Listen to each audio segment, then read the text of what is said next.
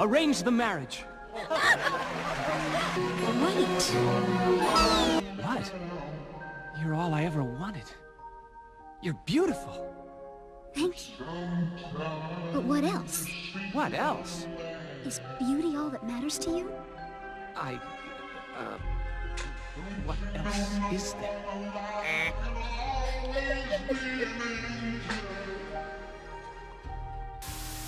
I'm sorry.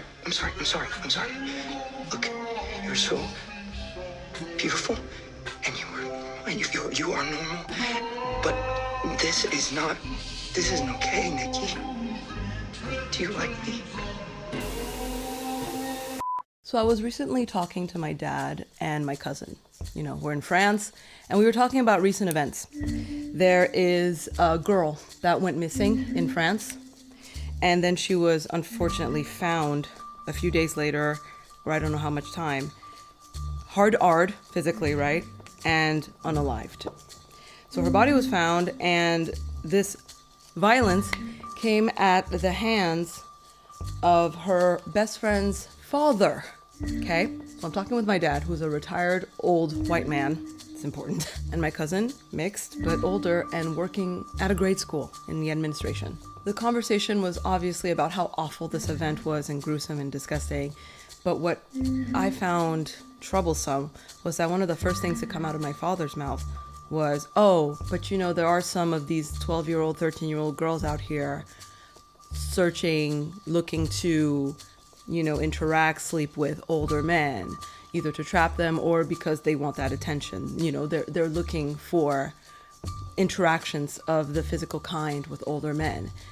I immediately reacted because I was like, are you kidding me? No, we're not doing this. And my cousin, working at a grade school, chimed in and confirmed, yeah, no, it's true. I've seen those kind of girls. Do you understand what's wrong with this scenario? If you do, congratulations. You probably understand and really grasped the severity of what we're seeing in the 2026 horror movie Obsession. And if you don't understand what's wrong with what I just said, sit down, we need to talk. My cousin went on to share another story of a girl she had reprimanded at school who was pretty young, maybe 14. She was dressed very, very provocatively, inappropriate for this young girl's age. They called the mother in to be like, take your child home.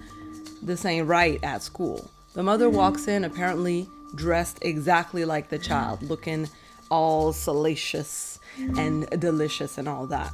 My cousin was trying to prove like mother, like daughter. What I'm trying to depict with these anecdotes that break my heart because of what they mean and how it relates to obsession, which we are going to dive into, is the fact that these show the casual misogyny and hatred of women that is just commonplace in our societies. Why I say that is because a 12, 13-year-old girl, child, a child, gets molested and unalived by an older man. And the conversation was about the child, the victim's responsibility in this, as if it could ever be on the same level ground as what the perpetrator did, the abuser, the attacker. So we're focusing on the kids because she's a girl.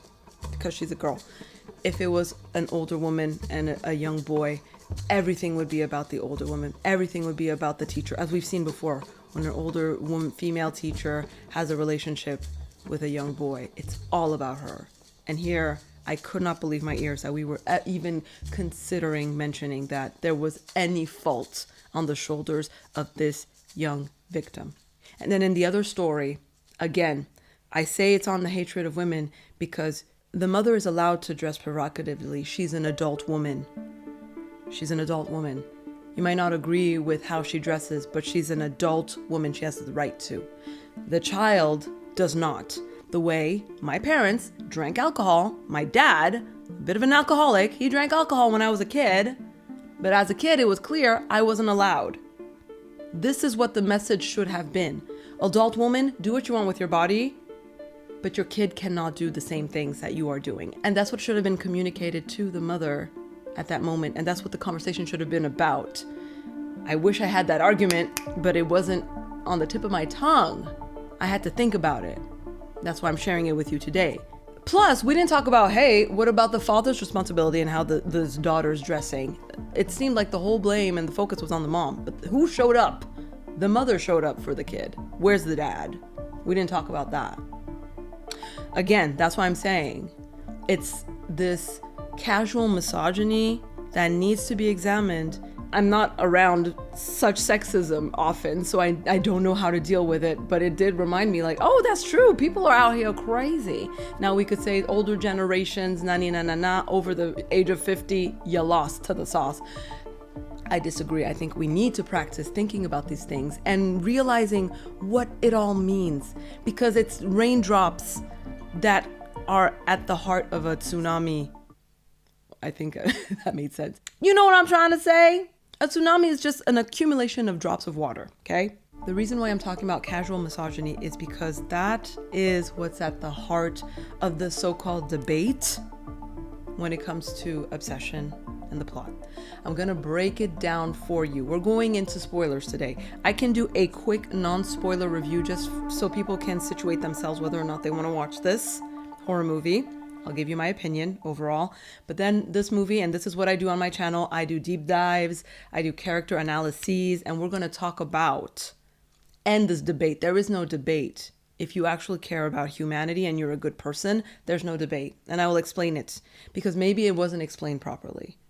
And for anyone to have any doubts, I'm here to squash them. I'm here to squash them, okay? So for context, let me pull out my notes. Obsession, horror movie, 2026 release.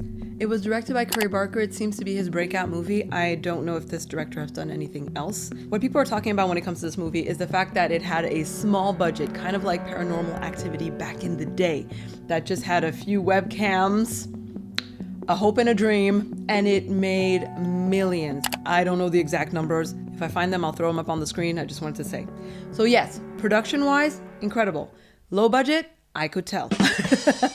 They played a lot with the shadows. When there's a lot of shadow work, I know the budget is low, but I like it. It's not a critique. I'm just saying you could tell. Because what I appreciate about low budget movies is that it forces them to be creative. And especially in the horror genre, I feel like the best thing you can do is have a reduced budget, because creativity breeds more horror than the CGI slop that we've come accustomed to that just, it does nothing. But when you play with people's imagination, you play with shadows, and people are left to think about what's scary, oh, trust and believe, most people do a better job in their heads than the camera can do, than CGI can do, than AI can produce. Not saying it can't scare the heebie-jeebies out of us, I'm just saying. So yeah, the visuals, great job considering y'all were shoestringing it. The cast did a great job as well. The script was okay. Basically, the movie's kind of like a play. You have maybe 4 characters that we see throughout, with 1 or 2, 3 characters that come and go. But the 4 main characters, one of them, I absolutely did not appreciate the way he was written. It was very stereotypical. It was very frat boy, very 13 Reasons Why, with him being the main reason why. I didn't like this character that for me has become a caricature, but it is what it is. There was also a moment where they had an intrigue. They tried to make it like an intrigue, but it actually didn't really matter in the story. It wasn't a big deal when the character calls and it's like, oh my God, I found out this big thing. And it's like, that was obvious and it didn't add much to the story and it didn't really matter. But okay, you told us something that we already knew. This reveal wasn't really revealing. However, that being said, the concept of the movie, I loved it. I loved it because I feel like it's a concept that we should see all the time. It seems so obvious. The story itself, the synopsis seems so obvious. And yet I was thinking and I was like, oddly, we don't see this kind of story that often. That is so weird. To give you context, here's a brief synopsis. Boy works with girl at a music instrument store, something like that. Boy has crush on girl, long time. Since high school? Grade school? Boy one day almost gets the courage to tell girl he likes her, but fails to. So boy turns to magic. Half-heartedly, kind of haha jokingly, Boy gets magic stick. Boy wishes on magic stick that girl would love him more than anyone on this effing earth. I wish Nikki Freeman loved me more than anyone in the entire world. Magic ensues, drama, and consequences of actions. The wish upon a star, wish upon a rock, lucky charm, wish that this person would fall in love with me. It seems like such an obvious movie story. And yet I feel like I rarely see that kind of movie. I can't think of any. I feel like maybe Disney try their hand at one or two of those kind of movies. If you can think of any, please let me know in the comment section, what am I missing out on? Because how is it that I feel like this is a new concept, a new movie that we don't often see? This should be like a Romeo and Juliet story. This should be the kind of story we see all the time, and yet we never do. So I appreciated it. I was like, oh, this is great. Yeah, this is great. And I feel like they depicted it exactly as it should be depicted. So in that sense, the imagination and the care that went into telling the story, I agreed with, and I applaud you, and you did a great job, and the ending was satisfying, so everything was great. Then I hear that people had debates about the movie, and I went, huh? What is there to debate? It's pretty clear. The director himself, he said that there was no debate in an interview. There's no question that he starts to make some pretty bad choices as far as now, if he did go down this rabbit hole of trying to figure out how to fix this sooner, he doesn't even try to fix it. I think that if he would have tried to fix it as soon as he knew what was going on, there would be a bigger argument to defend him. But that's not really the movie that went right. Right. Yeah, but that's what we talked about. It's like, it's not like it's supposed to be like a hero story, right? Definitely not. Before we get into the spoilers, final recommendations. Should you watch this movie? If you're afraid of horror movies, there are a few gruesome scenes. There's one very gruesome scene. 2, 3. Okay. There are a few gruesome scenes, but most of it is more like shadow horror because, shadows can be creepy, or people acting weird, facial expressions, big eyes and craziness and weird body movements and stuff like that create the horror.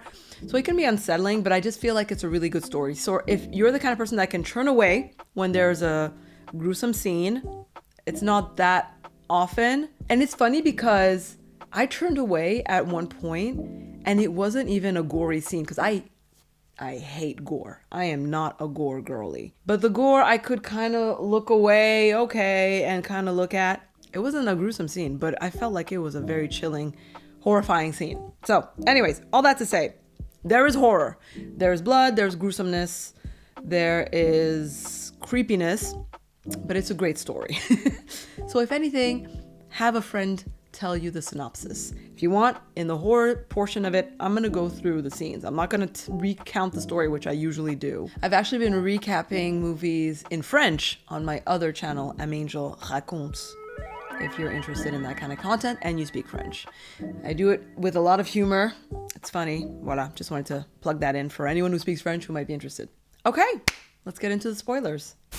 Okay, so Obsession is about your homeboy, Bear, who is into our homegirl, Nikki. He puts her under a spell so she could be all over him, all in love with him, he thought. But that's not what he gets. So I'm going to break down to you why Bear is actually the real villain of this movie. Because Nikki's possessed, okay? It's not her fault. And the fact that anyone would argue that Bear is not in the wrong... Honey, I worry about you. I really do. Sit down. We really need to talk. Okay. I feel like the people who might defend Bear are confusing evaluating somebody's motives for evaluating somebody's actions. We could argue back and forth that maybe almost everyone on Earth that has done something bad had understandable, sometimes even sympathetic motives for them. It does not take away from the fact that their actions are harmful. That's what we have with Bear. I think a lot of people can put themselves in his shoes. I think there are many stages where we can understand, we can sympathize, we could be like, okay, we're not in the red yet. But there are pivotal scenes in this movie that show you that Bear goes left and he keeps going. and he goes all the way into villain territory.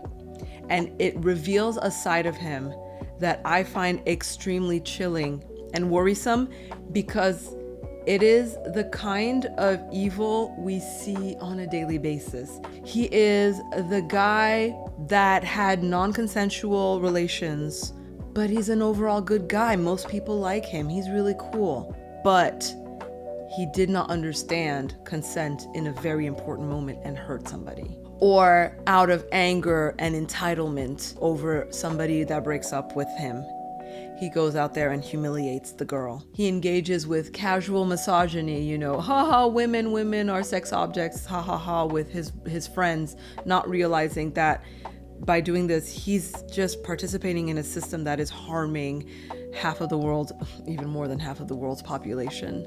And that puts him in the category of threats to the people that he then wants to sleep with and be in a relationship with. He is their predator, but he thinks he's an ally.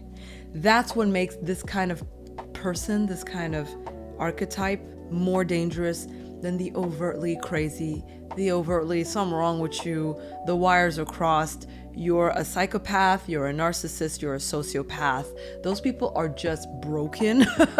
Some of them are just unfixable, because there are literally things missing in their brains that make it impossible for them to connect to humanity.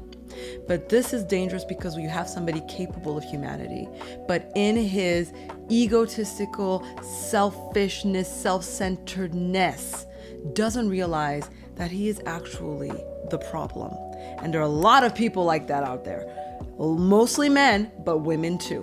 But we're talking about the man in this story right now.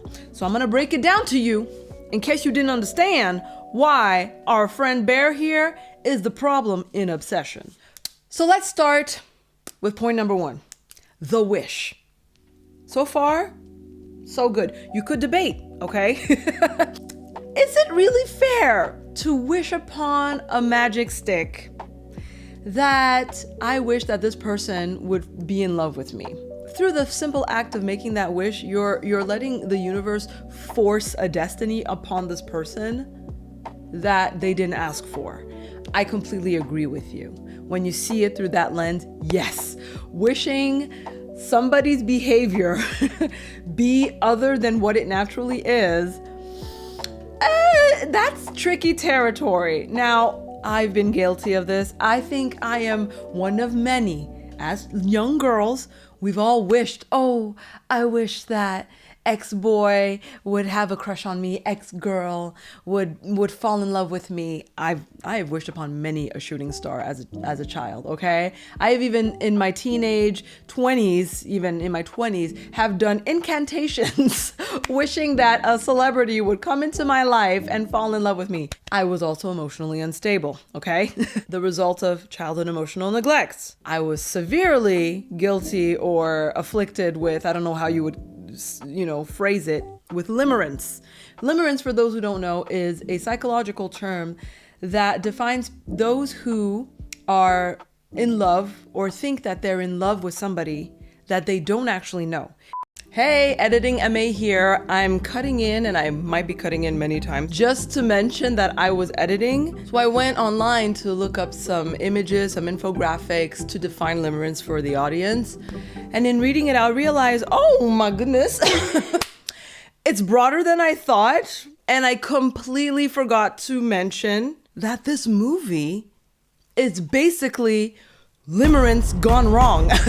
So what I will say is that I definitely have been guilty of limerence in the past, many a time. This unreciprocated, unrequited affection, love, obsession, really. It is usually based on imagination, and as a girly with a lot of imagination, I was really good at that. You have a sense of a person, but you fill in all the blanks. You are in love with the idea of the person, not the reality of the person. And I thought that limerence was only valid when you don't know the person. For example, people experience limerence, like me, over a celebrity, someone they don't actually know, have never met, but they have this idea of the person and they get obsessed over them. Not healthy, not cool. And I was gonna argue that Bear in the movie Obsession doesn't fit the definition because he actually knows the girl that he wants to be with. But then when I was reading the definition, I was like, well, technically, We don't see him ever obsessing over her. Well, I mean, he's looking at her pictures and scrolling, but you can argue that A, he knows her, he sees her on a regular basis. B, she expresses to him that she appreciates the fact that they are friends and that she can open up to him in a way that she can't with other people. So they do have a special bond. They do have a friendship. He does know her, especially in a way, as she said, more intimate than most. So we could argue that his crush on her is based in reality. So, thus far, the wish is not great, but what's the shame is that he's making this wish instead of giving her the opportunity to tell him how she really feels. So out of cowardice, he's making this wish, because this wish comes on the heels of a conversation he had with her where she point blank asks him, "Do you have a crush on me? Are you into me?" And out of fear, our homeboy Bear says, I like you as a friend. And she's like, okay, good, cool.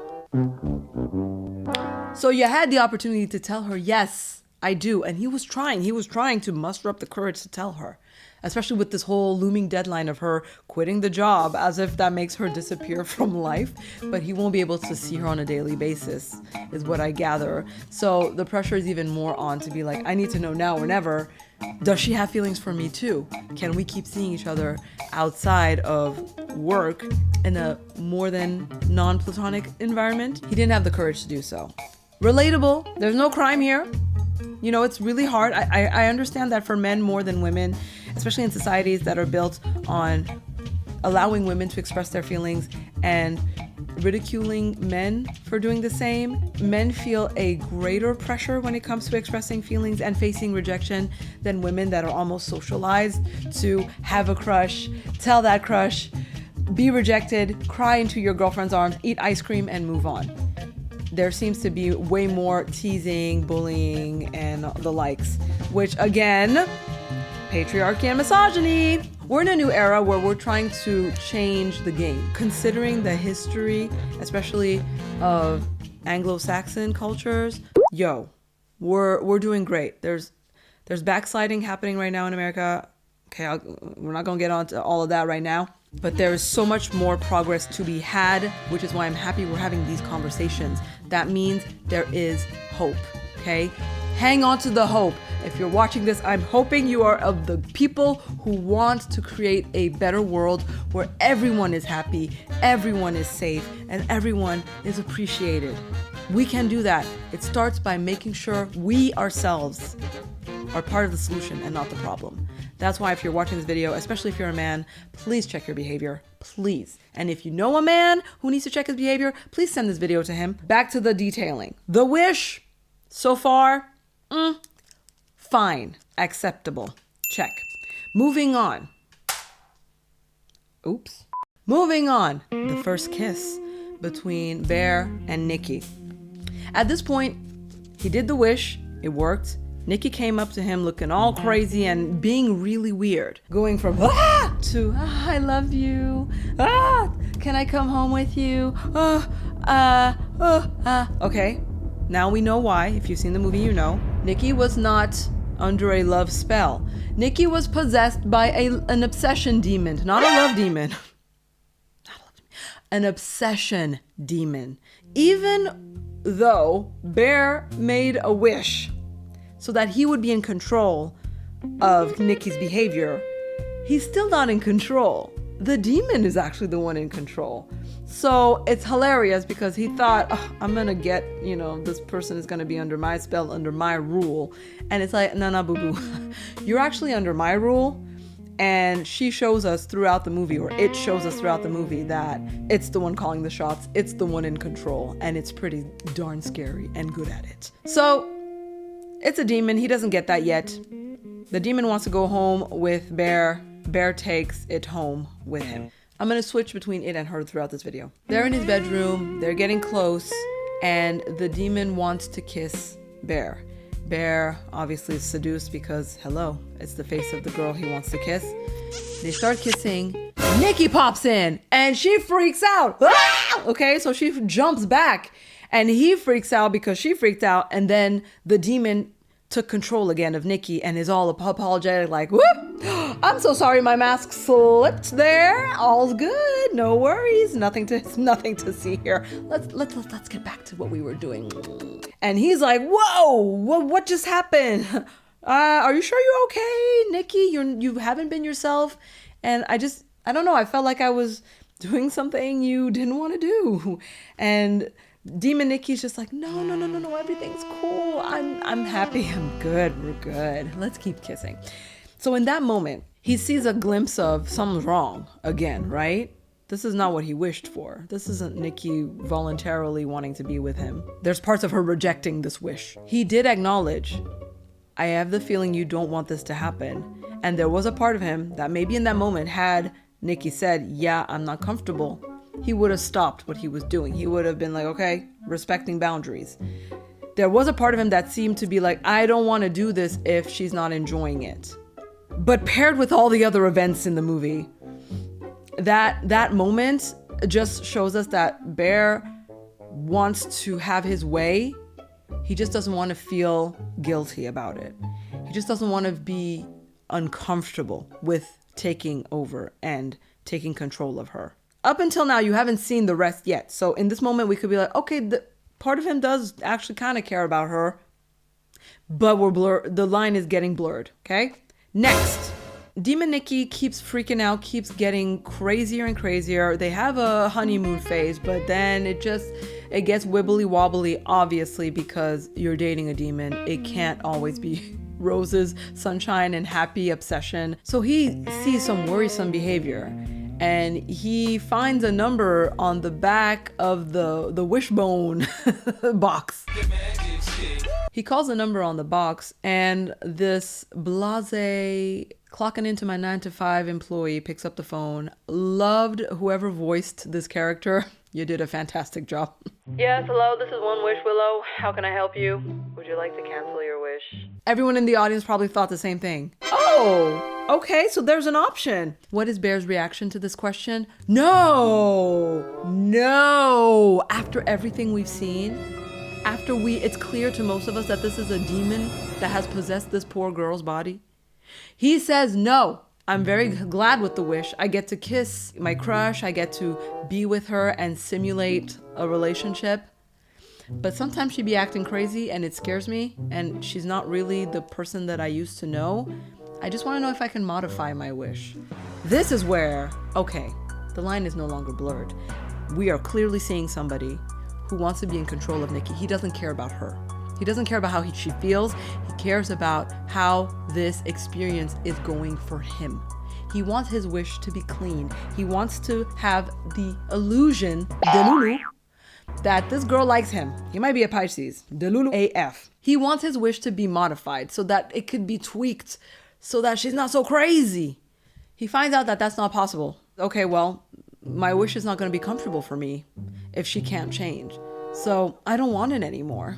She can have her life back. Can I cancel my wish? No, you can't actually. You can't undo what you did. Why did you suggest it? That was hilarious. That moment right there, comedy gold. I burst out laughing. That was hilarious. I was just trying to anticipate your own needs. I didn't know that you were going to call to ask that. I was just trying to figure out why were you calling so I could tell you, no, you can't. The only way to undo this is to unalive yourself. Okay, so for Nikki to get her life back, sir, you're going to have to sacrifice yours. In the history of romance movies, we have seen gallantry, chivalry. We have seen men give up their lives for the woman they love. Not saying it's okay, but to save a life, that is the ultimate sacrifice. That is the ultimate show of love. I love you. I'm gonna save you. He could have been a hero in this moment. But let's be real. In this year, our Lord of 2026, who's going to willingly give up their life for someone else? We don't see that anymore. So I can get it. I get myself into this mess. You tell me that I have to unalive myself to free this other person? I'm going to actively pursue other routes. I'm going to actively try to figure out how can I fix this without there being lives lost in the process. Maybe there's something else. Because this employee on the phone, he seems blasé, so I don't think he has all the answers. It's magic. There's always another way. There's always another way. But then again, we're dealing with black magic. And in black magic, it's usually a soul for a soul. It was a trap. That's what happens when you deal with dark magic. It's never clean. I'm thinking of Ursula. I'm thinking of Jean-Baptiste or whatever, Dijonay, whatever his name is from The Princess and the Frog. I'm thinking of Voldemort. Those who deal in the dark arts know that dark magic comes with a price. Someone's got to pay. However, also in Harry Potter, you can find out that there are white magic ways to undo this mess. He could go out there and contact all of the light workers to find out how to undo this. That's not what he did. This poor girl. Next point, the friend who has a crush on Bear. So if you remember, Bear is working at this shop with 3 other people. Nikki, Ian, the character that I don't like, and Sarah. Well, Bear finds out that Sarah has a crush on him. I don't remember if he already knew this for a while or if he's just finding this out during his time with Nikki. I think Ian tells him or reveals to him that Sarah's crushed on him for a while, or I don't know. Basically, he finds out that Sarah has a crush on him. This is where I find this interesting because what does he do about it? Does he force himself to be in a relationship with her because she has a crush on him? Oh, no. Bear doesn't seem to like her back. Now, he grows closer to her because when you're faced with Nikki as an option, the non-crazy girl suddenly becomes very attractive, right? The non-demonically possessed girl, there's a certain appeal there. But what I find hypocritical AF is you see here, we see Bear faced with somebody who has a crush on him, and he exercises the right to choose to not like her back, to not be in a relationship with her just because she wants to be in a relationship with him. You see that? You see the hypocrisy? Did he give Nikki that chance, that choice to not be into him? No. He chose for Nikki. See how it felt good for him to have that freedom of choice? And this is the kind of behavior that's pretty common, you know? It's easy for us to see things through our perspective, but it's important for us to stop and see things from another perspective as well. That's why I'm just offering, like, while you're obsessing over someone, imagine there's someone out there that you don't want obsessing over you. How would that make you feel? Uncomfortable, probably, right? And them having the power to choose turning you into their love slave. Would you appreciate that? If the answer is no, then don't do that to other people. That's all I'm saying. That's what we call consent. Loved Sarah because she was a case study to show the hypocrisy of Bear. Next, the love scene. For me, this is where we are in full confirmation. Bear is in the wrong, not okay. We see him pooming on Nikki, not with, and Demon Nikki is just experiencing it. I don't think Demon Nikki cares about intimacy and cares about the physicalities. I think really its existence is to obsess. Editing M Angel here, cutting in again. It seems that people with limerence really just want to be in relationship with the person they are obsessing over. They want their affection, they want their attention. That's sounding familiar. They don't really care about the physical part of it all. But as we see in the movie, Bear actually really does want to get physical with her. So I would argue, based on the movie and what we see of Bear, his crush is more lustful than it is loveful, as depicted throughout his relationship with Demon Nikki. Why I find that scene extremely troublesome and a bit triggering. He's just doing it to her, and he's not checking in with her. He's not looking at her. He's not looking at her experience of this act. It's not a two-person act here. For me, that was another example of Bear seeing and using Nikki as an object of his affection and not a person he cares about. If you want to be in a relationship together, two human individuals with their whole autonomies and full personalities interacting with each other, then you have to care about how your partner feels when you're doing anything with them. Conversation, intimacy, it could be projects like building things with somebody, because being in a relationship involves collaboration. So for me, that scene was nail in the coffin. It's not great, but then the ultimate bad guy moment, the ultimate villainous moment that sends chills down my spine is this scene right here. I'm going to try to play it. Please, YouTube, don't penalize me. Bear, I'm just getting water. kill me, please. What? She's sleeping. It's me. You are you, Nikki. Shh. Please don't wake her up. Just kill me.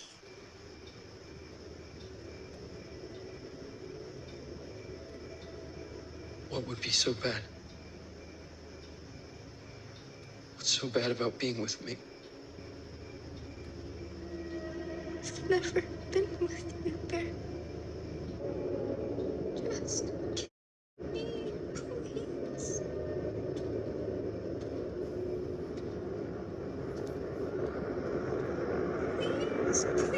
Please. Demon Nikki is asleep. Real Nikki comes through, ventriloquist style, talking through her body, begging, and she asks Bear to please free her from this hell that she is in by unaliving her. What is Bear's first reaction? Like, my heart, I can't even. When I saw that, for me, that was one of the scariest scenes because I was seeing a real life man reaction right there. Real life, insecure, dangerous man reaction. He gets angry with her. Oh, you wanna unalive yourself because being with me is that bad?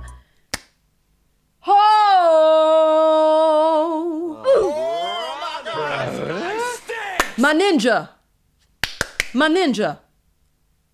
You are putting her through hell. You are using her body for your personal gratification and pleasure. You say you love her. You say you want her to love you. She is asking for mercy. And all you can think about is yourself in this moment? That you think that she doesn't want to be with you? This is what I'm saying. That reaction right there. He only cares about himself in that moment. About her experience of him. Not her experience, period. Her experience of him. So he cares about him and how he comes across and what it means about him, the fact that she doesn't want to be alive anymore. Mon gars, like I'm saying, there are men who are like this, and that for me was the scariest scene. This is what women are afraid of, just so you know. Women, maybe even some men, because even men are afraid to talk to men. This is why, because y'all be acting like this. The bad ones out here, even the good ones. This is the thing, like, this isn't a question of like, oh, you're a bad person, you're good. This is just a blind spot for many people that your selfishness causes harm.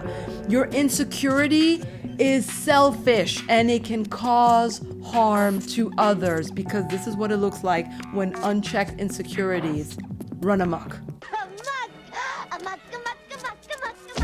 I know a lot of well-meaning, good-hearted, kind people who actually want to do good, who have insecurities that make them do bad things, who cheat on their partners because of insecurity, because they got flirtation and attention from somebody that wasn't their partner, but that insecurity felt good, like, oh, I'm getting attention from somebody. And so they hurt the person they love out of selfish insecurity. So it's not a question of villains. We're talking about good people who are capable of really dark, bad things. Bear is essentially kidnapping and graping Nikki, but he doesn't care as long as his experience is fun, is pleasurable. All of us are capable of horrendous acts, myself included, okay? We all have these selfish blind spots. That's why this kind of movie is important, and it's important to recognize that this was a selfish blind spot that leads to horrendous acts.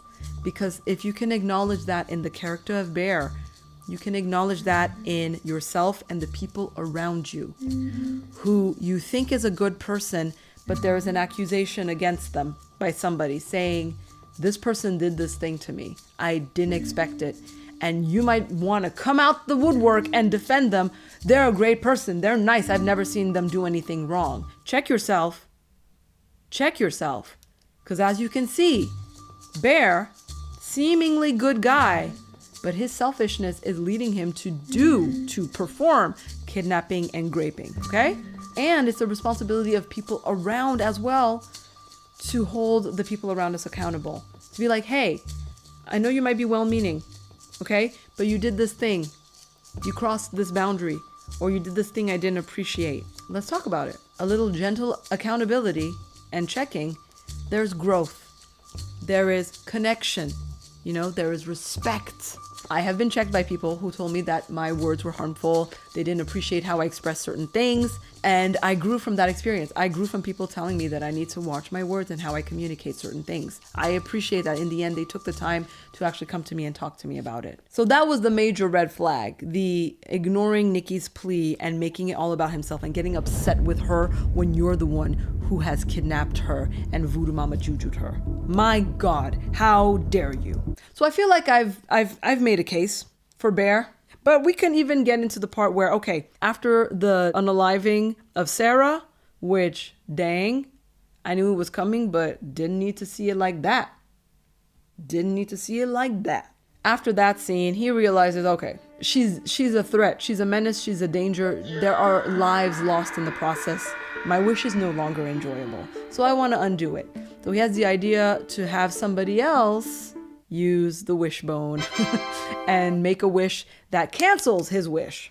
Great idea. I think he talked to the clerk at the shop where he bought it and they gave him the idea. I don't know why he went to that dumb dummy. Does he not have any other friends? My guy, are you even trying? He went to Ian, frat boy Ian, misogyno Ian, who talks about girls like they're objects as well, which is also, you could argue, an interesting character. If we really go deep, we see the Ians, right? The frat boys, the ones that don't drink around them because you don't know what they're going to do to you if you're inebriated. Those kind of predators, especially because of the way he talks with such disrespect to women. A woman cannot feel safe around a person who has such little respect for women. Naturally, right? If you have a puppy, a dog, and I'm talking about kicking dogs and starving them and throwing them out the window to see if they can survive, and I'm just talking about them like they are just stupid, horrible creatures, would you let me dog sit? Okay, so the guys out here who are talking like Ians, do you think women want to be with you? In what world? You're out here wanting to be with women and you talk like this about them. Check yourself. You red pillars. You can still turn things around. Try being a kind person. Not a nice person, a kind person. And a lot of people who are nice, they get upset with you when they don't get something in return. And that's the nice guy syndrome that we're talking about. Kindness, I'll do something nice for you, but if you don't thank me, you don't give me a reward, it's not reciprocated in any way, that's fine. I did it out of the kindness of my heart. When I'm being nice, I'm giving you a gift, I'm giving you flowers, I'm taking you out for dinner, but I'm expecting you're gonna be my girlfriend out of this, you're gonna sleep with me tonight, I'm expecting something in return. That's being nice, and that's actually very predatory, manipulative, and dangerous as well. I was part of the nice camp, okay? As a codependent people pleaser, a large chunk of my life has been being nice to be liked, loved, appreciated, okay? I did it expecting something in return. And I learned during my self-development phase, whoa, I didn't realize I was doing that. Now that I do, I definitely need to check myself and make sure that when I'm doing something, I'm doing it because I want to and not because I want to please somebody and I'm hoping that they will like me. I hope that that distinction is clear. So like I was saying, the Ian character, he is the outwardly obvious threat to women. Why is Bear friends with Ian? Bear seems like a nice guy, a sweet guy. Ian seems like a douche. But then when you get to know Bear, you realize, oh, he's the peanut butter to the jelly. He's the Joker to the Batman. He's the Hyde to the Jekyll. They both treat women like objects. It's just that Bear is delusional in thinking that he's not like that he's not an Ian, so he's a good guy.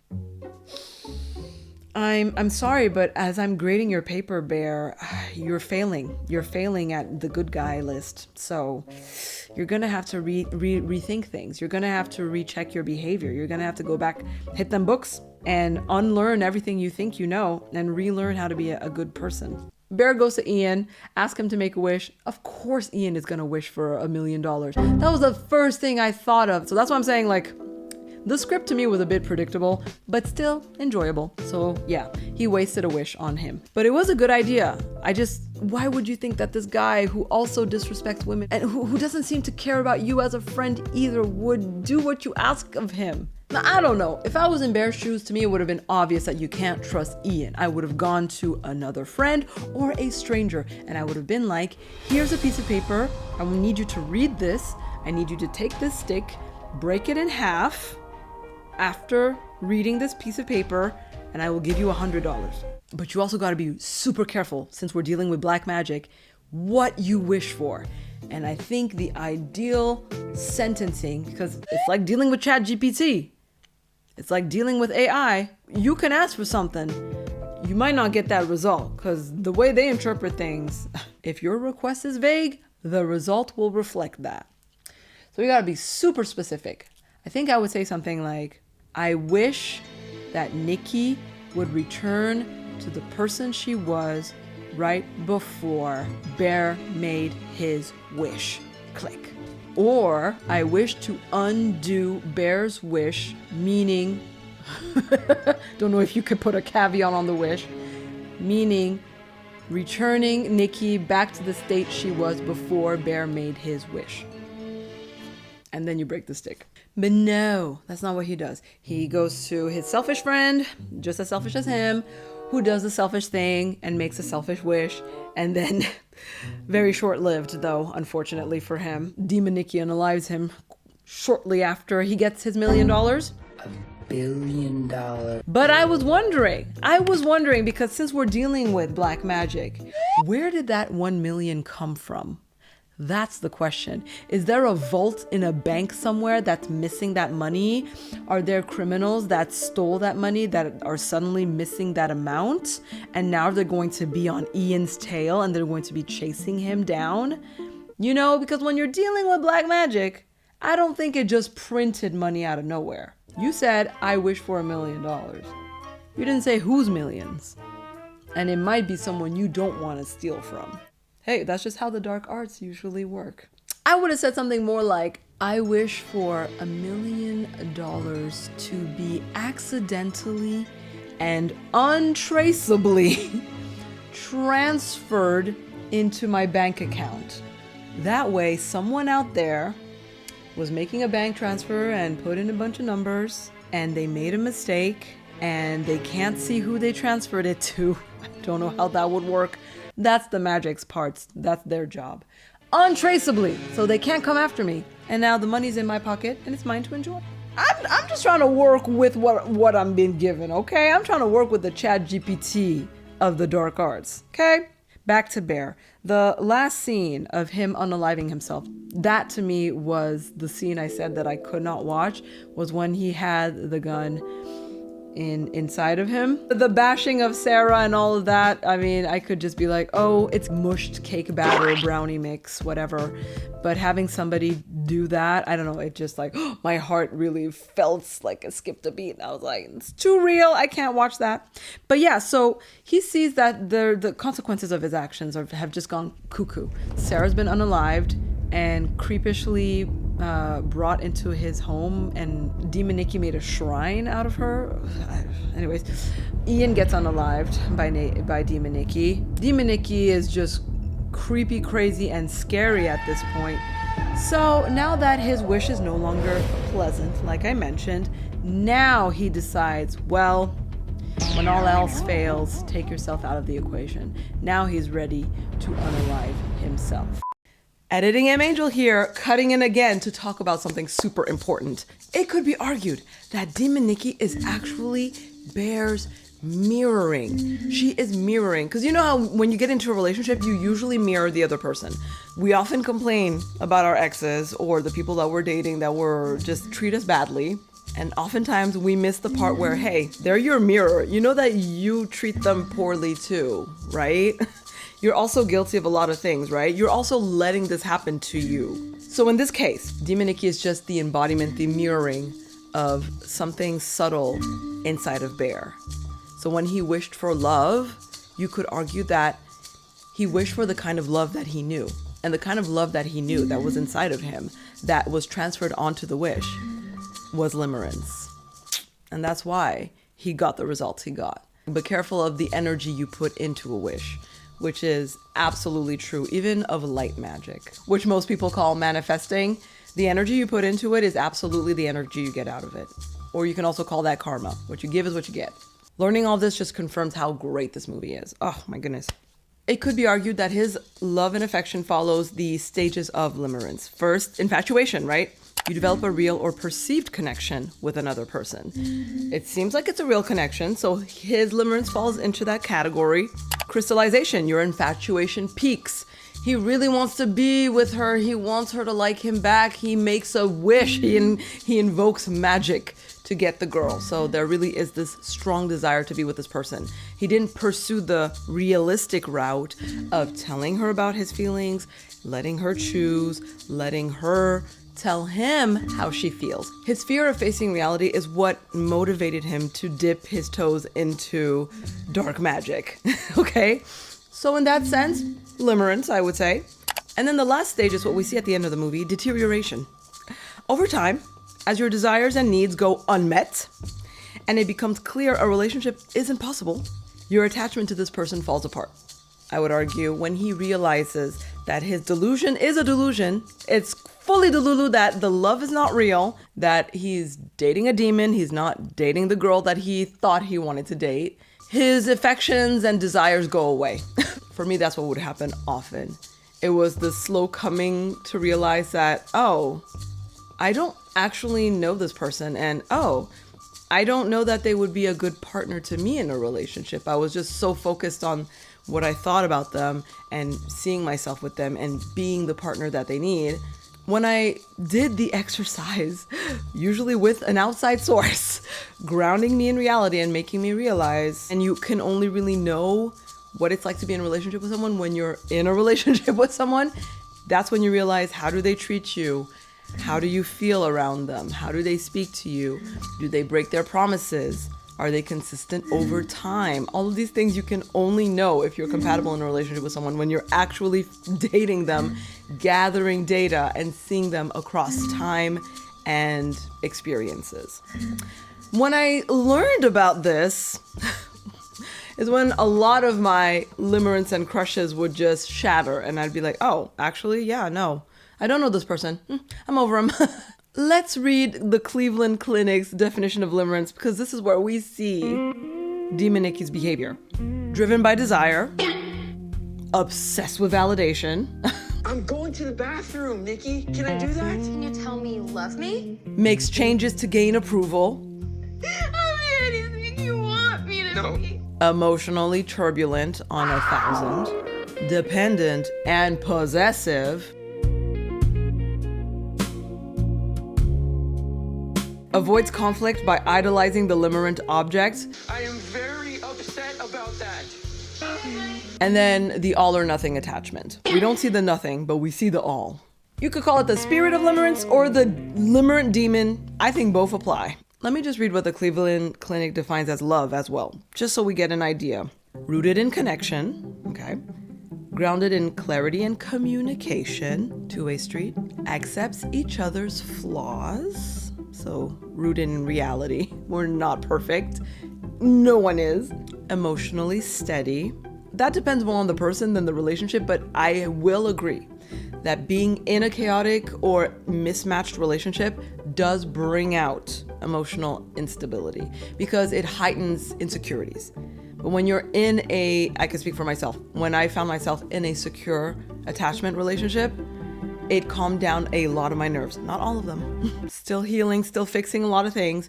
But the people around me have even echoed back to me that I was night and day. I was the calmest I've ever been in my life when I entered the relationship that I'm currently in. Almost 4 years ago. Love is independent, yet bonded. That is very important, and I didn't understand that until I experienced it myself. I can be without my partner in a way that before, when I was codependent and attached to my exes, I couldn't be without them. Like I would go on vacation, I would just obsess over them. I would feel horrible. I would feel depressed. I just wanted to be with them 24/7. It was a very unhealthy attachment. And now I get it. A healthy relationship is not a sugar cookie. It's a salad. You eat it, you feel good. You can be without, but you choose it. It chooses you and you choose it. I'm not saying that I don't miss my man when I'm away from him. I absolutely do. It's just different now. I healed a lot of my emotional wounds, which is a huge part of it, but also healthy love. Love faces conflicts with honesty and understanding. That is key. What we see between Bear and Demon Nikki is the opposite of that. When they have conflict, there's suppression. You see Bear getting upset and then saying sorry, and suppressing his emotions. There's a volatility to it. No one's actually being honest about what's going on. They just are both kind of playing a role, playing a character, and wanting something from the other person. And then finally, love grows with their partner. The more you know them, the more you grow with them, and the more you love them. I'm so glad that I'm in a phase in my life where I could say I can relate to this. I didn't come here to brag. I jumped in so that I could clarify some things and add to the analysis of this movie and the analysis of what's going on. Oh, the timing of the last scene is just amazing. I love it. He takes a bunch of pills. He then realizes what he did. He starts to regret it. He wants to backpedal because he's faced with his own mortality while he's trying to make himself throw up. We hear the song of the Wishing Willow or whatever. I thought it was extremely hilarious that he had another wish stick lying around that Demon Nikki found and had made a wish right before he's trying to throw up. He stops. He's smiling. It's too late. So now he's possessed with an obsession demon. And he goes to Demon Nikki as Demon Bear, and they're both in this demon love bubble. And it lasts 2 minutes, and then his body slowly fades, and then he slowly extincts. Demon Nikki is upset because it knows what's coming next. Goodbye, back to the underworld for you. And Nikki comes back into her body, didn't know what was going on, and lands in one of the most gruesome, horrific scenes any human could wake up to. Horrible. OMG. Happy ending, she gets her life back. Pour one out to Sarah. She didn't deserve what she got. That poor girl, she's also a victim of the situation. Editing MA here again. I wanted to chime in because upon editing, I realized that I didn't mention the scene, a few scenes prior to the unraveling at the end, when Bear and Demon Nikki get into it. And he's basically telling her, can you be more calm? Could you be more like Nikki? Can't you just be Nikki? And Demon Nikki is crying, and I can't tell what it's saying. It sounds like it's saying, I can't be Nikki, I can't. But then in re-watching that scene, it sounds like it's saying I can, even though the energy is giving I can't. I want you to be Nikki. I can't be Nikki. Just be Nikki. I can't. I'll be anything you want me to No, be. don't say that. Anything you want me to be. No, listen. Nikki, wouldn't say that. I just want you to act like Nikki. Let me be Nikki. You're not being like Nikki. I can't be Nikki! I'm sorry. I can be Nikki. I love you. I'm sorry. It's not real. What do you mean? It's not real. As I mentioned, Demon Nikki is the embodiment of Limerence, and Limerence wants to win affection. It's not trying to be in a relationship. And in winning affection means I will change myself, I will morph, I will shapeshift, I will be whatever you need me to be so that I can keep you, so that I can have your love, your attention, your affections. And it's in this moment that Bear kind of has this coming to realization moment, and he realizes, oh, it's not real. I've been in Delulu land. I've been in a fantasy with Demon Nikki. I have not been with Nikki. And I want to have compassion, because if we're dealing with limerence, we're dealing with a person with a lot of creativity who is lost to the sauce in their delusional fantasy world. I mean, they did have a honeymoon phase. We see in the movie, they have this honeymoon phase where everything seems to be great. They seem to be in love. They seem to be dating. They seem to be laughing and talking and whatever. It seems to be going well. So I can understand him being lulled by that experience and thinking, hey, everything's going well. I'm with Nikki and everything is great. When did things change? I think, from what I gathered re-watching the movie a bit while I was editing, it seems that things shifted when Nikki no longer worked at the music store. Meaning she's no longer with him 24/7. She has to wait for him to come home from work. That's when we see the downhill. Even though there are already moments with the cat, I didn't mention the deceased cat and the shrine, not cool. Then the cat food, oh my goodness, I'm not gonna get into that. But really the moment where he comes home from work and she's been waiting at the door for him the whole time and did not move for the, 12 hours that he was gone or whatever. It was another crack, but a big one, a significant one, in the glass bubble that was his affection and his obsession and his limerence. So based on the definition of limerence as I had read it, that scene where he comes face to face with Demon Nikki asking it to be like Nikki. So it's kind of like, wait, so you acknowledge you know you're not with Nikki, which you should know because Nikki literally told you, you've never been with me this whole time. You've been with the demon. Okay. So he's talking to Demon Nikki and then he realizes, okay, all right, well, I can't play pretend anymore. This was fake this whole time. I need to wake up. That's when you could argue his affections leave. Some would argue, well, that's when he decides to off himself to make things right, to be the hero and to grant Nikki her life back. I would argue, I still think all of this is based on selfishness and insecurity, which unfortunately is what drives limerence. I can, again, have compassion for the motives, but the actions are not good, not heroic, and again, villainous. Because the way I read that scene, we see Bear being extremely selfish, talking directly to Demon Nikki, wanting to play house with Nikki's body, but wanting Demon Nikki to pretend to be Nikki.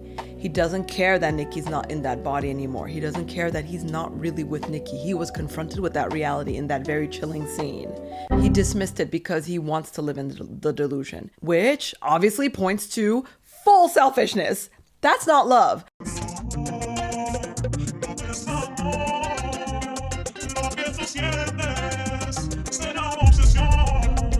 He only cares about his experience throughout this. And so, since he can no longer live in the delusion and he kind of has to face reality at this point because the experience is no longer pleasurable, he realizes now, okay, Demon Nikki can't be Nikki. So I'm going to be faced with this for the rest of my life? This craziness? This limerence on 1,000? It's no longer enjoyable. And he knows that the only way out at this point, well, I would argue he could try a little harder to find someone else to undo the wish. However, there are lives lost in the process. His friends are gone. There's too many consequences. And if he keeps living his life, someone's going to jail. And it's definitely going to be Demon Nikki, but it's going to be him too, because he's an accomplice in all of this. And so his decision to off himself for me is not driven by love for her. It's driven by, this is my only way out of the mess I got myself into. At this point, I don't enjoy this game anymore. I'm never going to be free of her. There's going to be more lives lost, chaos, drama, fear, because he's very afraid of her, and prison, which, compared to unaliving, for some people, that's the same thing. His life is over. So yeah, I would argue that it wasn't about her, again, his decision to unalive himself, it was about him. And what also confirms that notion is the fact that immediately upon taking the pills, he was faced with his mortality and he wanted to vomit. He wanted to undo his decision to take his life. So again, he's not doing it for her. It's still very much selfish. And again, his selfishness, his self-preservation kicked in and he was like, no, I can't do this. Again, all these things are understandable. It's not easy to take one's life, I would hope. And it's not desirable and it shouldn't be the answer. But what I'm saying, all I'm arguing is that, again, he was doing this for himself. He wasn't doing this for Nikki. And so In the light of all of these arguments, and in the light of seeing this movie through a different lens, for me at least, facing the fact that this is Limerence incarnate, I want to end this video with a lot more compassion, but also accountability and fairness, right? Bear is not a monster or a bad person. He's not the worst, I would say. But his selfishness and insecurities lead him to doing very bad person behavior. What he did was evil. It doesn't make him an evil person. And I want to drive that point because what we tend to do, and I'm guilty of this, I have to remind myself, is to vilify people, villainize or vilify, I never know which word it is, and to throw the baby in the bathwater. The problem with calling a person a villain and saying that they are evil, they are broken, they are wrong, it makes it hard for them to change. Because if in essence you are this thing, you were born this way, you know, like it kind of comes back to, well, I can't change. It's so hard to change a person. This is who I am according to you. But to say a behavior is wrong, behaviors can change. Behaviors can be chosen, can be crafted, can be changed, shifted. And so for anyone who kind of can identify with the topics of this movie, who sees themselves in Bear's character, who feels compassion for Bear, that's great. And it's wonderful that you can feel compassion for that person. We should feel compassion for everyone to a certain extent, even as hard as it is. We should. That being said, it doesn't take away from the fact that the person did something wrong. Their behavior was wrong, and that action deserves to meet consequence. Accountability is still important, and that action, that selfishness, even as understandable as it could be because he's in love, which we, again, argued he's not. He's an obsession. There is sadness in the world. There are lives lost because of this person's actions. If you're someone out there who has done a bad thing and you feel like a bad person, and because you associate who you are to what you did, it makes you incapable of accountability, of responsibility, of apologizing, of admitting, of rectifying the situation, because we get very protective of ourselves, which is understandable.